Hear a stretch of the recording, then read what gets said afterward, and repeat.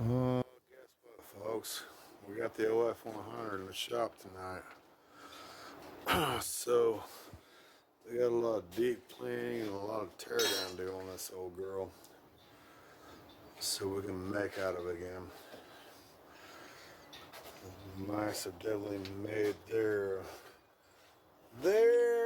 mark on this territory.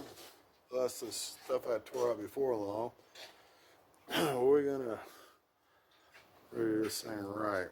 It's gonna take some time and some money. But we're gonna make it a daily driver again.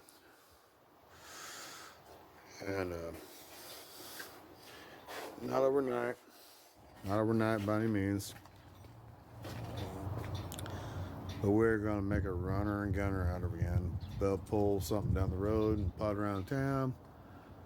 And have a good time, man. So keep you posted. We're gonna start tearing down here pretty shortly and go from there. Thank you.